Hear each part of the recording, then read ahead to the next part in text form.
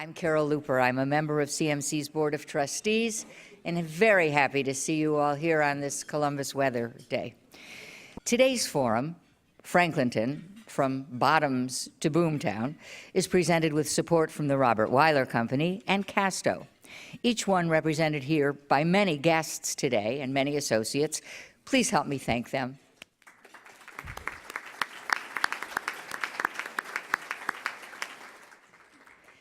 Now, across the river and just west of downtown Columbus, an area that used to be called the Bottoms is experiencing a boom of people, investment, and construction. Central Ohio's strong economy is rising many neighborhoods and suburbs, but nowhere is the change more profound or happening more quickly than Franklinton. Now, what does this mean for the people who live there, the people who work there, or for those who aren't entirely comfortable with all the attention?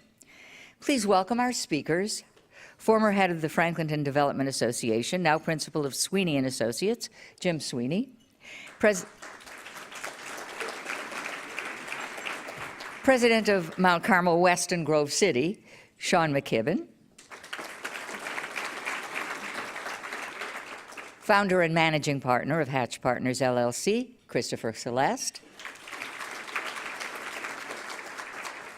and our host, CEO of Scene Digital Media, publisher of 1812 Columbus, Brian Zerker. Brian, take it away. Thank you, Carol.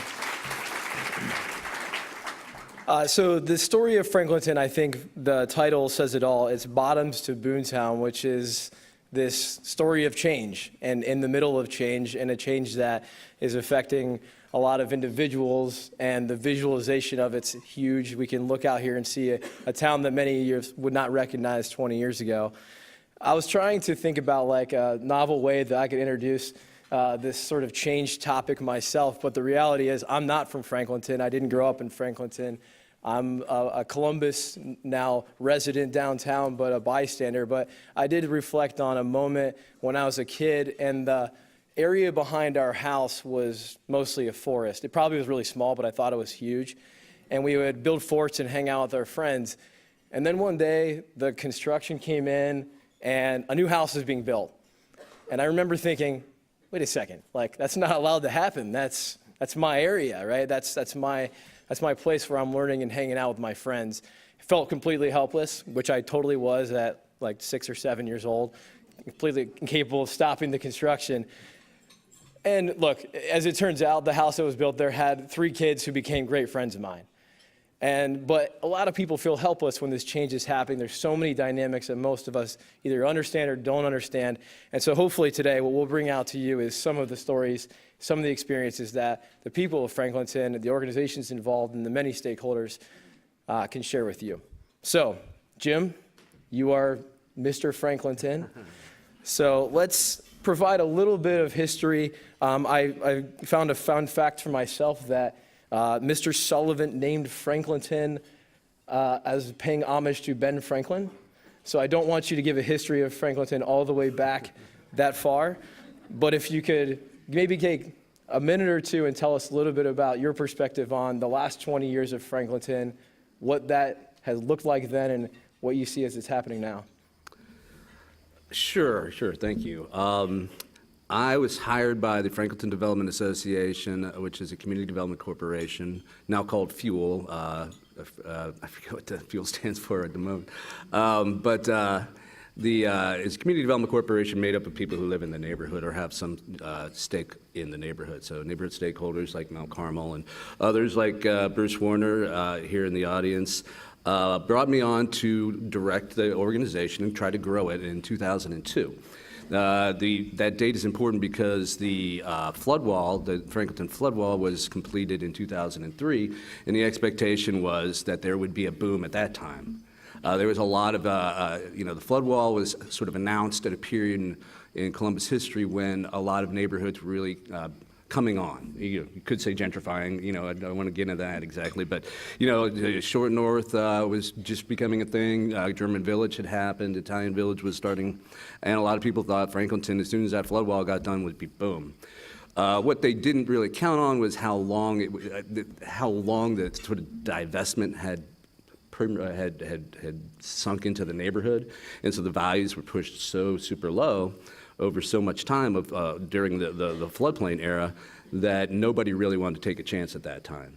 And so, our mission was to do two things, basically. Create better housing options for people who live in Franklinton. At the time, this was before 2008, so the entire emphasis was on ownership, so there was very little emphasis on doing any rental property. But the other was to try to build a community that had a more diverse population. And diverse, especially in this case, means economically. We wanted to have a mixed income community when we didn't. We had almost everybody in Franklinton was poor. And so we really did set out back in 2002 to build a neighborhood that would be attractive to other people of higher income to come and participate. And so we did that and built some houses along the way, a lot of houses. 2008 hit and everything stopped. And things are just getting back into modern history right now. I think it'd be important too, is I was surprised at this. I hadn't thought about this. I think a lot of us maybe in this room have gone to land grant, have gone to Strong Water, been part of the more like kind of modern new things there. But can you explain to people sort of what the breadth, how far Franklinton goes west and east, and sort of the whole geography of what Franklinton is encompassing? Sure, I could do that fast. Franklinton, one of the great things about this neighborhood is it's very clearly defined. The river on the north side, the north and the east side, to the east of downtown, and then I-70 on the south and the west side. So it's a very clearly defined neighborhood. Yeah, I think some people realize it doesn't go all the way, like it goes past the highway on the west side. Is that true? Is that end right there? Well, historically, Bruce, Franklinton got outside those boundaries a little bit south of 70 down Harmon Avenue, and technically still is. Okay. And that's one of the confusing things about this kind of work, really, is people have their own sort of idea what the boundaries of different things are, what's in the neighborhood, what's not. Yeah. Is the homeless shelter in Franklinton? Absolutely. But it's on the other side of 70, it's on Mound Street. So most people's cognitive map of Franklinton follows the freeway and the river. Chris, it's been some years now, the Idea Foundry, which you've been a founding partner of building up. Explain to me kind of like what you saw as the opportunity, both there was probably a real estate opportunity, but also a community that surrounded that would help, and probably defining what the Idea Foundry is helpful for people. Sure. I probably represent the newcomers. I don't know whether that's a good thing or a bad thing. In a conversation about Franklinton, clearly Mount Carmel has been there for decades. My wife, Nancy Kramer, was born at Mount Carmel in Franklinton. And as Jim just said, he's been there for 15 years. I'm 4 years into my Franklinton experience. And the one thing that's clear to me, and one of the reasons we, Nancy and I, and the work we're doing there were attracted to Franklinton is because Franklinton isn't someplace new. It goes back 225 years, as you hinted at. And even this title is a little misleading because before Franklinton was the Bottoms, it was the boomtown. And so part of the way I look at Franklinton is it's not a question of whether there's going to be change in Franklinton. Change is inevitable. The real question before us is, will it be thoughtful? Will it be humane? Will it be productive? Will it engage the people who currently call it home? So with that in mind, when we were looking at where do we want to have an impact on the future of Columbus, our view was Franklinton is the perfect place. It's an intersection of open space with opportunities and existing space with challenges. And frankly, lots of bright spots, even among those seeming challenges. And so we were drawn to that, and somebody introduced me to Jim. I joined the advisory board at FDA. Through that, I became aware of what was happening at the warehouse nearby, where the Idea Foundry had been invited to come in and work. I'm actually not a founding member of the Idea Foundry. The Idea Foundry was founded 10 years ago this August by Alex Bandar and built by he and a team and hundreds of members who've built it over time. What we did is we saw an empty warehouse that they had crawled inside of at the behest of FDA. And we saw an opportunity to put money into that building and by revitalizing the building, create a bigger space that could have a bigger programmatic impact. So our investment in the Idea Foundry was done so that we could unlock the value of the building and have an impact on the neighborhood. And one important thing about that is we spent upwards of $1 million around that building, but it was never an issue because that money went directly to FDA. and the FDA put that money right back into the neighborhood.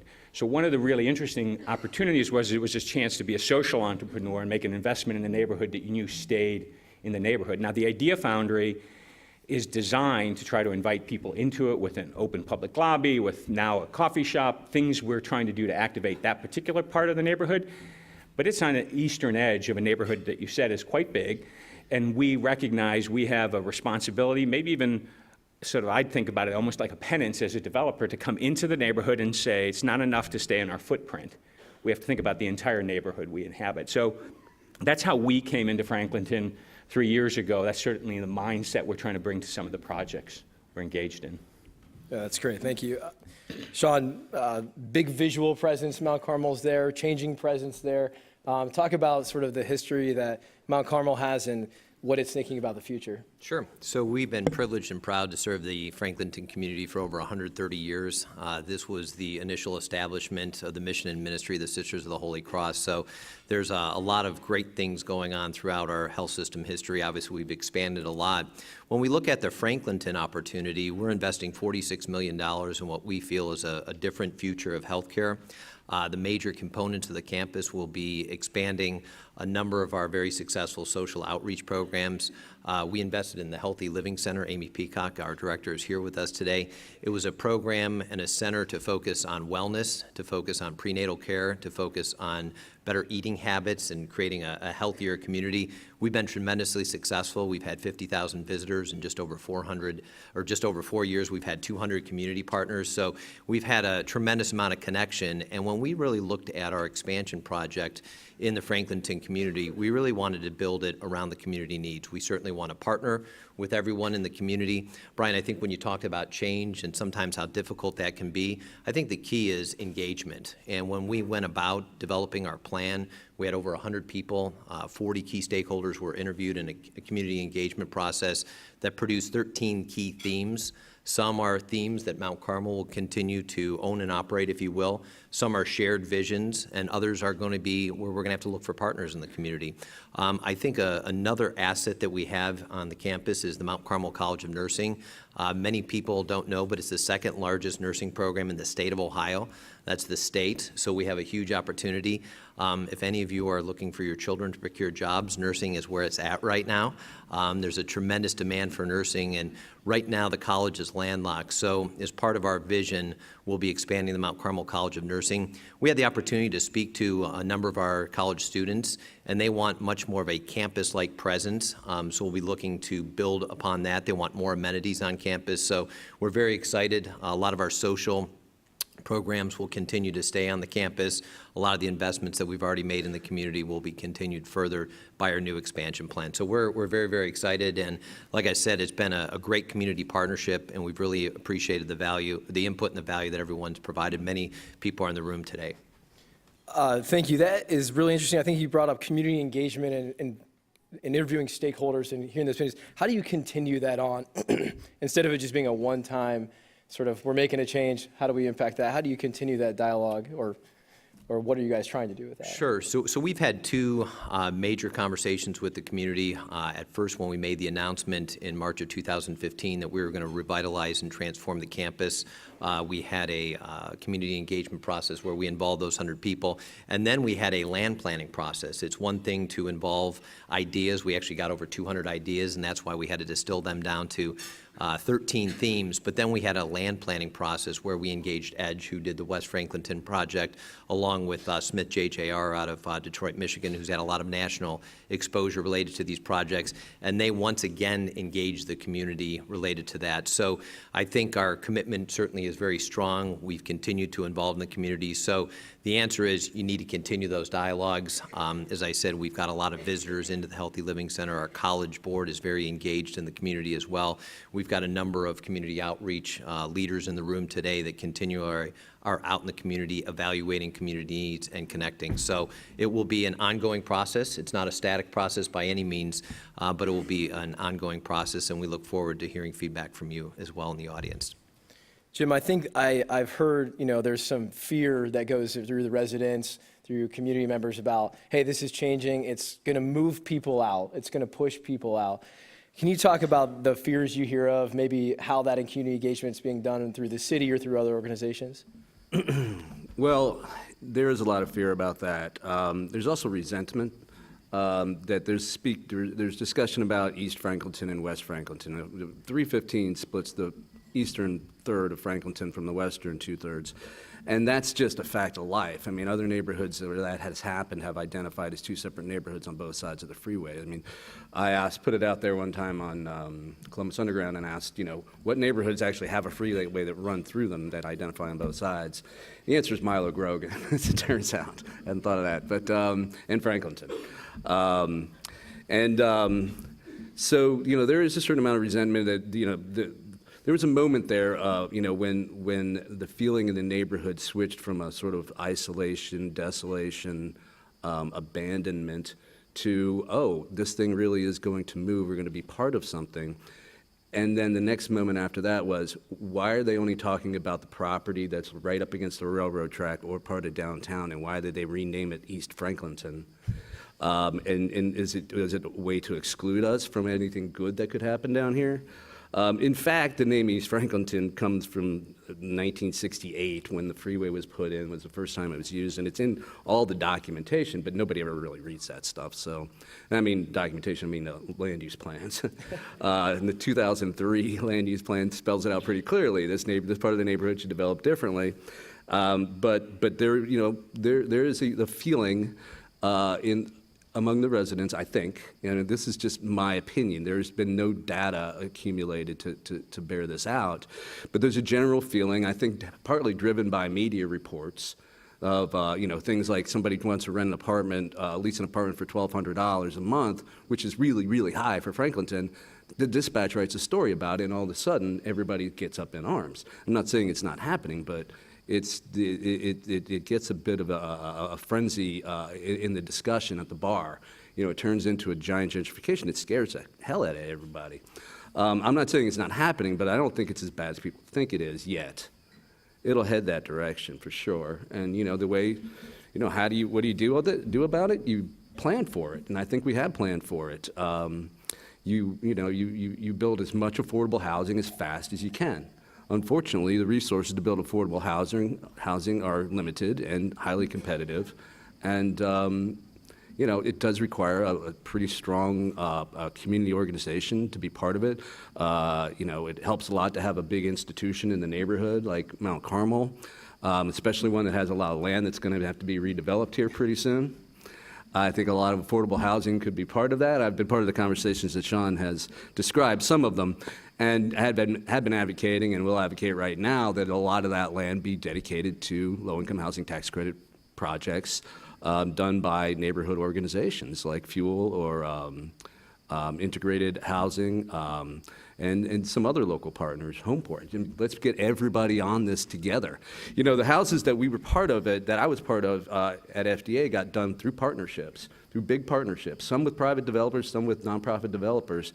But it's incredibly expensive and challenging route to go to build things and make them affordable in an environment where, building things costs a lot of money.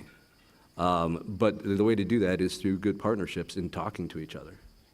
If I can just add one thing, I think it's important that we don't deny that there's a reality that around this fear of displacement. When you have a disproportionate number of the population in rental housing, which I think is the case, and land values go up because development happening in any part of it, but in this case on the eastern edge in particular, then there's this fear that as the land value goes up, that those rental homes will in fact go away. So it's not just the challenge of building more, but the potential loss of what's there. And sometimes we act as though that's an irrational fear, and it is a completely legitimate fear. And part of what I believe, and I've said this to people we're partnering with on larger projects in the eastern part of Franklinton, is it's not enough to come into the neighborhood and make money in one part of the neighborhood. You have to also make an impact across the neighborhood. So if you have the opportunity through partnerships, and the city is investing significant money with every developer who's doing anything, to be able to create these large-scale projects, then you also, I think, have a responsibility to be part of the partnership solution that Mount Carmel might be looking for, that folks like Homeport or Fuel or others are looking for when it comes to resources or expertise around some of these other housing issues. So you can't just build in East Franklinton and say, look at what I contributed. You have got to recognize you have a responsibility that goes all the way through the neighborhood, from my perspective. Sean, talk about jobs and how you guys think about sort of engaging the most local people to Franklinton. I imagine if rents go up, but also job wages can go up in that area, then maybe people can stay if that becomes an issue for them. Is Mount Carmel think really local about the workforce? Absolutely. We're one of the region's largest employer. We're the 8th largest employer in the region. So certainly we look at all of central Ohio and making sure that we have good paying jobs. We certainly look at the neighborhood as well. We have a number of colleagues at Mount Carmel West that actually walk to work or bike to work. So that's certainly something that's very important to us. And I think, if you would allow me to kind of dream a little bit here, Brian, one of the things that I would love to see when we see some more housing in the community is a lot more of our colleagues live in the community. So a student matriculates to the Mount Carmel College of Nursing on campus for 4 years, lives there, and all of a sudden, as we have more housing options in Franklinton, they begin living in the community. It's a great opportunity, especially for some of our younger nurses, to live closer to downtown and have the amenities of urban living, et cetera. So I think, that would truly be a panacea of ours as we develop some of the engagement process across the community related to housing. So we certainly look to make sure that we're a partner. I know one of the things that we've also been working on right now is Franklinton Rising is moving into the neighborhood as well, and we certainly support them. But there's a lot of community-based assets in Franklinton, so we'll continue to support the local economy as well. This will be a quick question before we get to audience questions from you, but for each of you, history will be ultimately the test of whether or not we get this unquote right. I don't know what right looks like, but I suppose if right looks like more people are working, more people are living, and they're happier and living healthy, that seems like a right answer for us. What are we getting right now? What can we do better on? And we will only quote you in every media source out there, so it's okay. Well, if I can say, one of the things I think that we are getting right, and I hope continues to be this way, is that the new development that is happening is a balance between organic and orchestrated. And what I mean by that is, if you think about orchestrated development, one of the benefits is it happens really fast. Look at the Arena District. Relatively speaking, that was developed really quickly compared to like the Short North, and yet it has a single character and it has a single patron, and that has been good for the community. But I think the nature of Franklinton demands that it is more organic. And what that means is there needs to be opportunities for individual people to own pieces of property, develop those pieces of property, build businesses there, create more of a fabric inside what is a real community. And I think that's happening. I think that's happening on the east side, and I believe there are opportunities for that all the way through to the western edge and south. And so I do think that balance of that. It's been good that some big players have come in and taken on some pieces of property, but I think even those will be divided up as we go forward. So I'm happy to see that balanced approach versus a fully orchestrated push into Franklinton, which I think would be less diverse.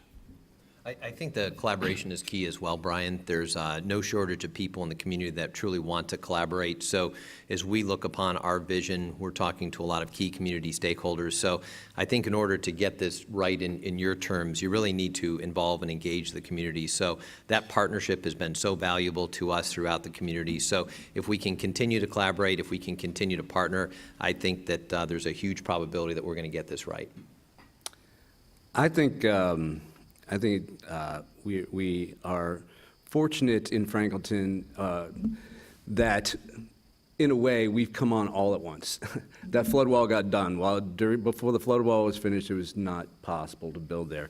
I think that we had the time to reflect on what a neighborhood ought to be and to begin put together strategies to pursue that. I think the plans that were made, there were two, one for the east of the freeway, one for the west of the freeway, are solid plans made by the community. adopted by the community and have a lot of good ideas in them. I think we're fortunate at this period in history that we can look at the whole past 100 years of neighborhood construction and gentrification and things that have occurred and learn from that.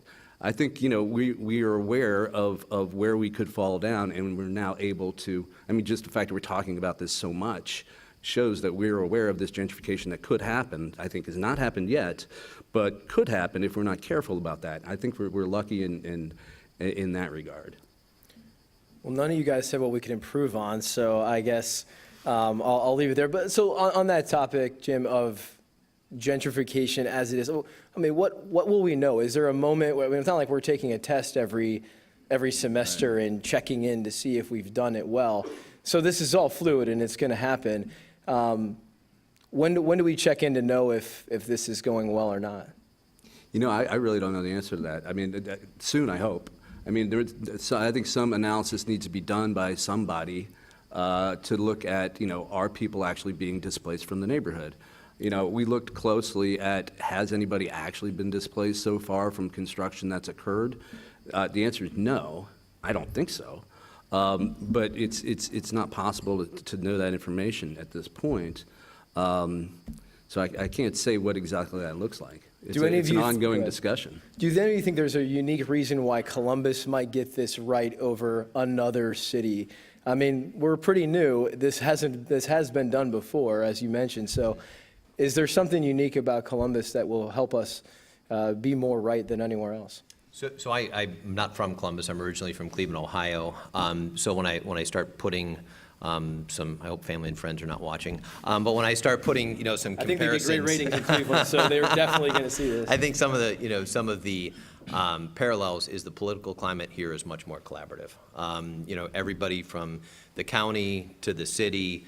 And Christopher probably can opine on this as well because he's from the same part of the state that I'm, really are truly looking at this as a community benefit. It's not, one political party, it's not one area of town saying we're going to try to up the other one. It's us looking at this as a region and saying, if we can create jobs in Franklinton, if we can create jobs and build homes in other parts of the region, this is going to be a success. And I think that's one of the reasons why Columbus has been a booming success over the last 20 to 25 years, is there has been that attitude of collaboration that what's good for the city, what's good for the region is going to be good for the community. So I definitely think that there, at least from my perspective and background in another part of the state, there's foundations here that will definitely get this right. And the city's already been very, very supportive of our Franklinton plans and working with us to continue to collaborate. I would definitely echo that. I've gone back and forth and lived in different parts of the state, and I think one of the things that really struck me when I came back to Columbus in 2011, having been in Cleveland for 6 or 7 years again before that, and then having been out on the West Coast, is I have never once heard anyone in Columbus pine for the past. Oh, if we could just be the city we were 100 years ago. Nobody in Columbus thinks that way. And you combine that sort of aspiration for the horizon, for what's possible, with this cultural imperative that is now rooted, I think, among all leadership, civic, public sector, private sector, which is open and smart, and you apply it to the challenge we're talking about, which I don't think of as gentrification, I think about as revitalizing. This is a neighborhood which the city turned its back on 100 years ago because of a flood, and then it sat there like fallow land. And there are people who have been living there for sure, and we should think about their best interest, because displacement is not part of a thoughtful, humane, constructive approach. But there will be hundreds of new people who will be coming to Franklinton with aspirations and expertise and skills and creativity. And at a very human level, not at some big corporate development level, but at a very human level, they will begin to interact, integrate, hopefully engage, as Sean has said, with their neighbors, and some new version of Franklinton will emerge. I am incredibly optimistic. In fact, I think the future of Franklinton is intimately tied to the future of Columbus. If you want Columbus to be the greatest city it can be, then you need Franklinton, that Western community we turned our back on, to become everything it has the potential to become. So I'm an absolute optimist because of that sort of dynamic that I think is alive in Columbus today. Okay, well, it's your turn. And by the way, I have a non-factual based theory that this is called a first-generation city. It's some of us who were born here, had parents that came here from outside. So for those of you who live in Columbus, it's like, we're the first generation that's sort of taking over the city, and so hopefully we'll make it into something great as well. But I'm sure somebody's pining for the past weather possibly from today. Okay, so audience, your chance, you can, they have a very specific script here. We'll move to obvious questions for a few minutes. Do not be shy. Step up to the microphone. And I will tell you this, a question ends with a question mark.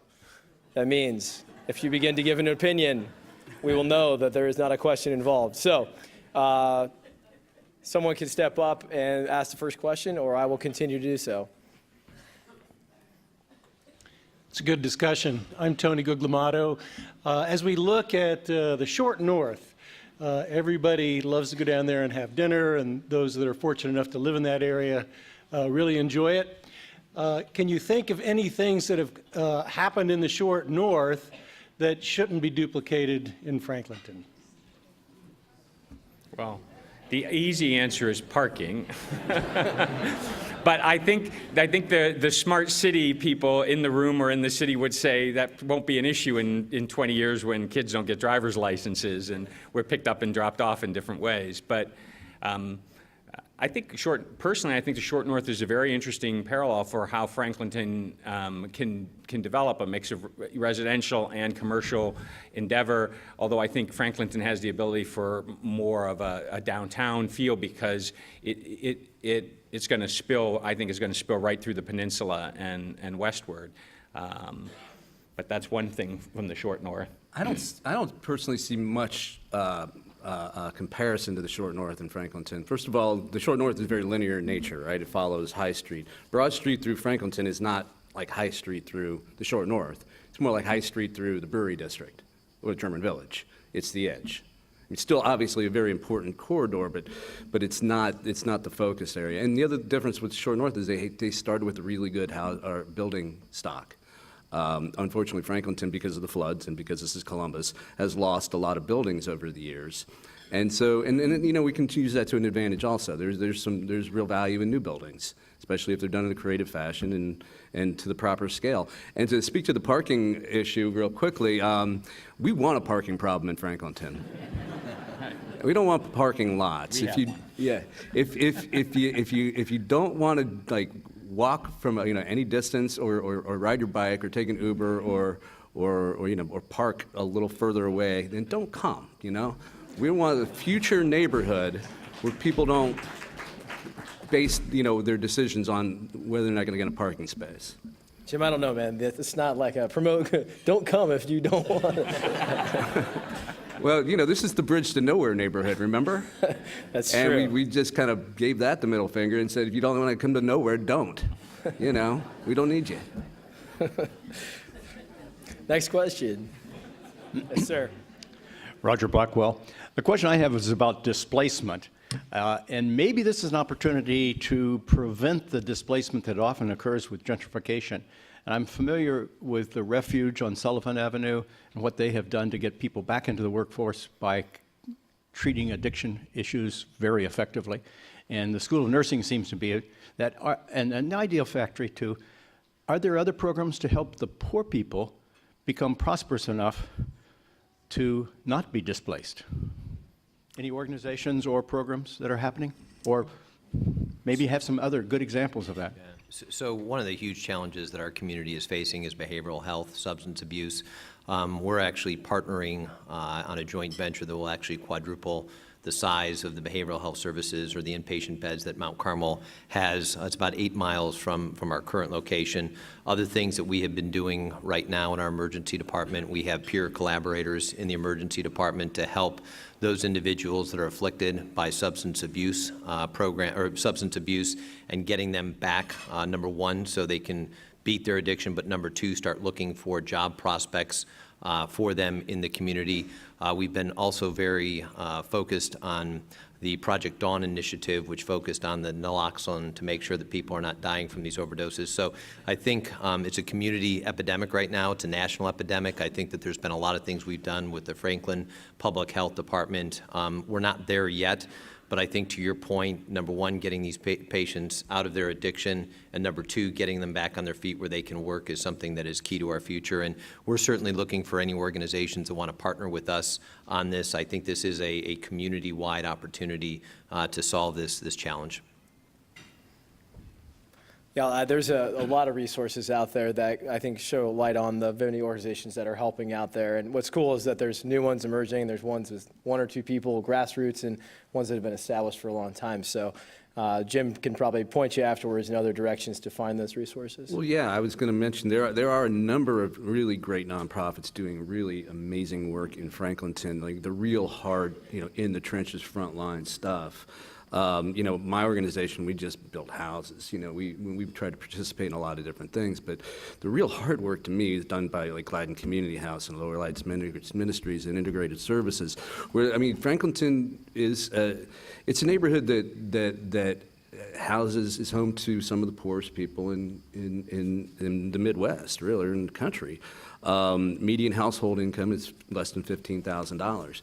There is need for services of all kinds, and we're fortunate that we have a number of agencies. Lower Lights Ministries is setting up a grocery store with the help of City of Columbus and a lot of others. I think I'm not going to try to remember all the partners, but it's an incredible undertaking, and these little efforts by these high capacity organizations can have such an impact, especially if fueled by outside sources. In other words, if they had more money, they could always do a lot more. There's a few out there that are just killing it and could kill it even more and help a lot of people if only they had just a 20% more, not disposable, but discretionary income. So far. Good afternoon, Doug Arsenault with CODA. First of all, this has been a fantastic panel, one of the best I've been to here at CMC. Piggybacking off the last two questions, transportation is the great equalizer. We have several lines running through Franklinton, and then with our long-range plan includes looking at a high-capacity line that could, connect Franklinton with downtown and all the way over to the Discovery District. So my question is, what opportunities do you see from a transit-oriented development, trying some new things in Franklinton that will really make it unique in connecting the people that are there, the people that are coming, and the future until we have flying cars like Back to the Future? Well, I think there are different kinds of mobility. There's the mobility within the neighborhood. And right now, to some degree, Franklinton, for those who don't live there, is a drive-through neighborhood. So if you're there when the traffic is coming in or out, good luck crossing a street. There are challenges. So there's some engineering and infrastructure and how even current traffic needs to flow through there to allow the community to develop in the ways that Jim and others want it to, and to create a real plan for moving pedestrian traffic around in these areas in a way that makes sense and connects islands of activity and development. So that's one kind of mobility. I think there are all kinds of emerging, CODA's, I know, a part of what's happening with a host of smart city initiatives. I think Franklinton's a natural testing ground for that. I know there was some talk among the smart city team around what's happening with some of the larger assets like the abandoned Ford dealership. Ford just launched the Chariot service. They did that launch out of Franklinton at the Idea Foundry, which is a different kind of mobility solution. It's citywide, but I think you're going to see Franklinton being an experimental zone for some of these things. I know some of the developers would rather not be building parking garages. There's a lot of conversation about how you build those differently now so that they can be have alternative future uses, and at the Idea Foundry we have a number of players who are talking about electrification and how do you build that into the community in terms of the cars and how they're going to be different. So I think there's public transportation issues. CODA is clearly doing some things, and then are these new players. There's the sort of personal transportation, and then there's individual mobility through the neighborhood. Each of these offers opportunity, in my view, for a lot of new innovation, because there aren't there aren't really established routes except in and out during the commuter times for the most part right now. Well, yeah, Franklinton is a little difficult to get to because we have, for, one thing, from the northern approach, you have to go over a river, a freeway, and a railroad track to get there, and the southern approach is kind of similar. They were really, for years, there was only one way in out of the neighborhood from the east, and that was Broad Street because the other two bridges were down. So all these things have come together to sort of activate all at once. As far as like inward mobility, this is what's spectacular about Franklinton is it's a wonderfully designed place. I mean, the blocks are certainly walkable. The sidewalks are in place. It's the old, traditional American neighborhood grid structure, right? Front porches, sidewalk, walkable blocks, a proper mix of uses all along the way. What we lack, and I'm getting off topic here with your question, we lack is a clear commercial district, if you will. A clear commercial corridor. Broad Street does not serve as that anywhere, really, except maybe right at the top of the hilltop. And certainly not in Franklinton. It's a regional destination, and it's a freeway. It's too fast. And this is something I'm hoping that, when the hospital redevelops, we can begin looking at it like that. This is just me being, doing the urban design thing. But, but as far as transportation within the community, it's a beautiful place for that, except for crossing Broad Street. Yes, sir. Thank you. Michael Cole, Columbus City School Board of Education. Thank you for this forum. Good afternoon, CMC. How does education play a role in this emerging mosaic? We have some incredible schools in the area. Starling K through 8 is a viable option for families that are coming in looking for kindergarten through 8th grade options. West High School is now becoming an emerging opportunity for students who are interested in trades and networking themselves in that. We also have a very close downtown high school, but I'd love to know and hear how it is you see that Columbus City schools in our public education system play a role in the development of Franklinton and this mosaic. Go ahead. That was a great question. I'm sorry I interrupted the applause, but I agree with you wholeheartedly. Education is key. One of the opportunities that we have with expanding the Mount Carmel College of Nursing is it can become a Mount Carmel College of Health Sciences. Nursing is a huge component, but there's other opportunities related to imaging, radiology technicians, laboratory technicians, central sterile processing, and these are all very well-paying jobs right now. And I think that's one of the things that we really look forward to partnering with organizations like the Columbus City Schools. We've been a little bit linear in our approach because we do have the College of Nursing, and as I mentioned, based on the current land configuration that we have in Franklinton, we haven't been able to expand that, but now we're undergoing a strategic plan through the college to look at not only nursing, but what are the health sciences. As much as we're trying to prevent illness right now, people are still getting sick and utilizing hospital services, et cetera. So I would love to continue to partner with the Columbus City Schools. I think so often we forget that there's a lot of other high-paying jobs for these students to come out, and if they don't necessarily want to go to college, but they want to go the vocational route, we have plenty of opportunities for those positions within our health system. So we'd love to talk and engage with the Columbus City Schools because I think it's a huge asset to the community. And at the end of the day, education will be the foundation or one of the pillars for our success in this community as well. Yeah, just to reiterate that, I think the educational opportunities in Franklinton, both in the public school system, which you just outlined some of the opportunities in terms of who's there, but even in, like with what Andy Boy and the United Schools Network is doing and others, there is a natural benefit to having that educational presence, because to the extent that you want to do any kind of behavioral change, working early in the generational life of the community is a much better way. One of the ways of impacting parents at home is through children who are coming home, whether that's around wellness or around financial literacy or a whole host of things. So I think beyond the educating of students themselves, them as a channel into the broader community and as an amenity asset in a neighborhood, positive schools are really important. Even at the Foundry, and we didn't speak much about what happens at the Foundry, there's an educational component. We run 50 classes a month at the Idea Foundry, 250 or so people. They range from young people coming in to learn how to weld or make something to, tinkerers, to people running businesses on top of those workshop spaces we have in the Foundry. All of that is designed because when you are learning, you're learning something about yourself. Your self-esteem is being built, and I think that's part of the kind of fabric of what's possible in Franklinton as the community is being reinvented. So. I'd like to, excuse me, I'd like to add to that, Franklinton at its peak had 30,000 residents. We're down to less than 10,000 residents, which is why you see a lot of vacant land and houses, is part of the reason. We would like to see that population get back to where it was, and we would like families to be part of it.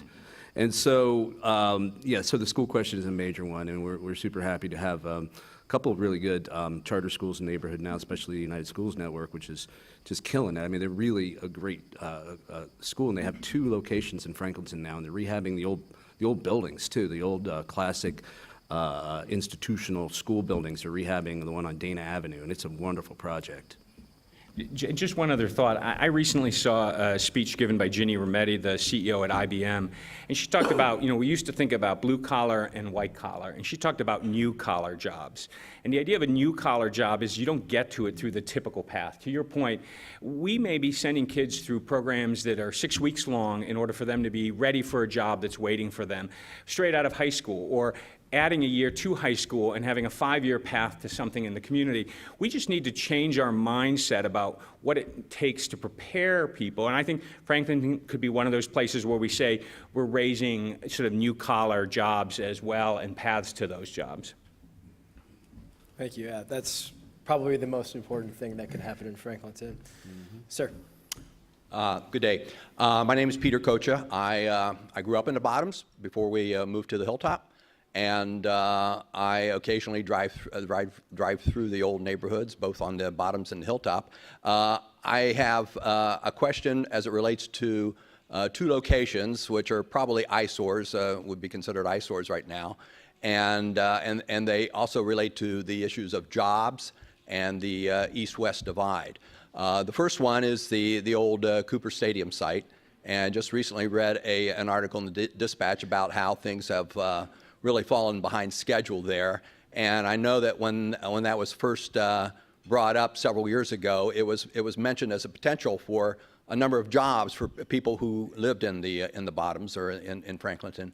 And I was just wondering if, excuse me, if you had any insights as to how that might fit into the overall development plans for Franklinton. And then the second part is the east-west divide, and of course that's the 315 freeway. And which I remember very well because I was at Holy Family Grade School when that freeway was built. And so the question is, and Mount Carmel is very close to that divide, if you will. And I was wondering if Mount Carmel, excuse me, Mount Carmel was envisioning any kind of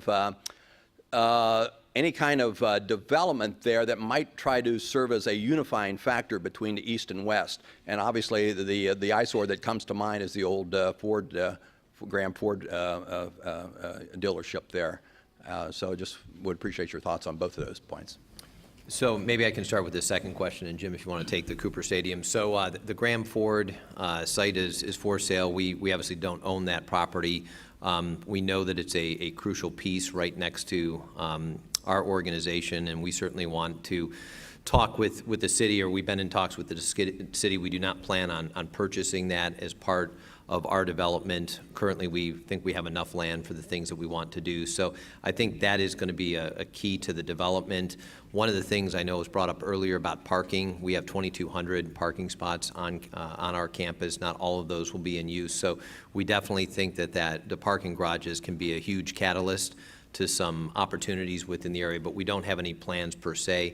One of the things that we're doing is with our campus plan, we're moving our emergency department to the Green Street Center, which will allow potentially a full thoroughfare through State Street, which could be another community connector as well. So no necessarily plans for Graham Ford, but we do have some connection opportunities to help connect both parts of the community on State Street. Jim? I was part of the Franklinton Area Commission on top of running the FDA for all those 14 years, and so I was in the middle of that conversation about that, reusing the old stadium for a racetrack. And it's funny, one of the arguments for doing the racetrack deal was to do something. It was sitting there vacant. There were weeds growing in the infield. There were probably prostitutes using the parking lot. And so we had that fight. It tore us apart as a neighborhood. There were a lot of bad blood, a lot of like good relationships were hurt. Because some people felt the noise was too much for the community. Other people just wanted the jobs at any cost and needed to get something built on that site. And you know, what happens? What is it, 5 years now? What happened to that urgency to do something down there? What was that? That was like the main reason that we have to take this. We have nothing else, was their argument. Was a lot of people's argument. And you know, what do I think is going to happen? Yeah, there will be jobs there. It'll be like a Walmart or a Sam's Club. But when we remember, we're realigning our freeways downtown.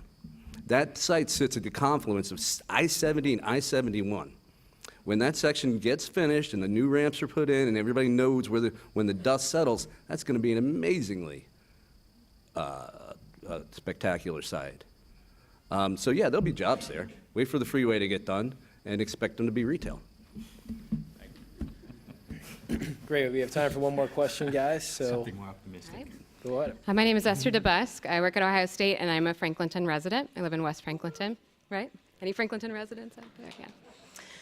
So I'm really interested, and this is going to be a real question, but I'm going to share real quick. In getting to know my neighbors over the past few years that I've been living in Franklinton, many of my neighbors do want to see change. They want better schools. They want access to food through grocery stores. They want less crime. They want safe streets for their kids and things like that. And they're worried that they will be displaced if those things come along and thus the housing increases there. So there was some discussion about a humane approach to change in the neighborhood. And I'm interested in some specifics of what you believe a humane approach might be for 10,000-ish residents who have a median family income of about $15,000 a year. What does a humane approach actually look like? I often hear the discussion of we need this. What is this? And how do individuals actually get involved in making this happen for real residents within our community? Well, I'll speak to it from sort of my point of view, but I do think a big piece of this is how do we improve quality of life, and there are people better suited to that. But from an economic opportunity standpoint, you know, people forget that Lucas Sullivant set aside lots on Gift Street that he gave to people in exchange just for building a home. And I think that we need to think about what we're willing to give to residents as a path to prosperity in that neighborhood. People who are willing to make an investment of time or around their own education, how do we give them some place to stand and create something of value? Everything doesn't have to be Amazon or Google to be valuable. There are opportunities at a street level, some of which people have done from a more social impact standpoint. But I think a neighborhood has needs and there are economic opportunities, and we've tried to be talking with people like the folks at Huntington Bank and others about how to invest money in a targeted and strategic way. I, for one, will be working very hard to hold spaces for locally based entrepreneurs and others who want to create things themselves and around that organic and human approach to economic development. At least that's one strategy.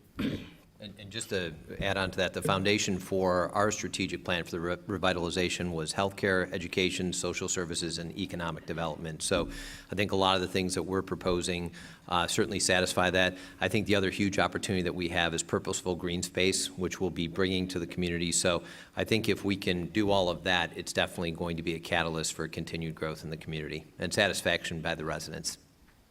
To me, humane redevelopment means, I think, to give people that have been there for a while, and new people. I don't want to, you know, I hate the fact we always talk about all the old people have been there forever. I mean, new people are valid people also. You know, I know many friends that have moved to the neighborhood in the last 10 years that are doing great stuff, and they're kind to their neighbors, and they participate, and they start things, and they help.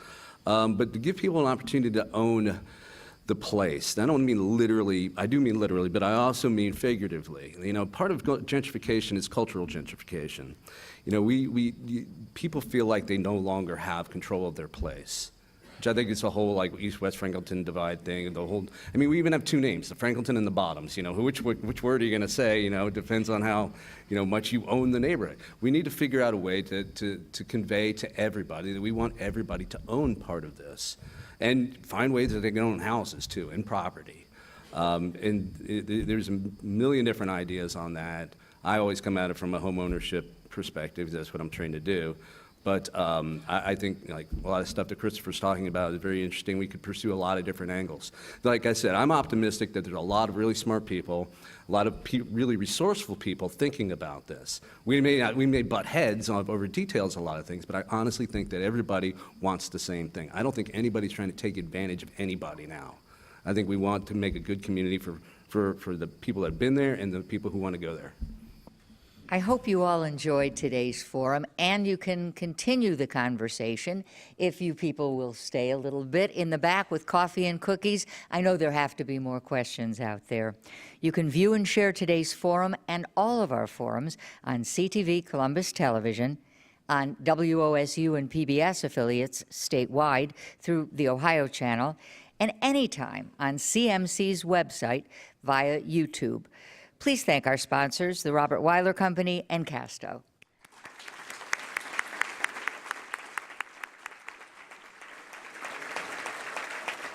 And of course, thanks to our speakers, Jim Sweeney, Sean McKibben, Christopher Celeste, and Brian Zerker.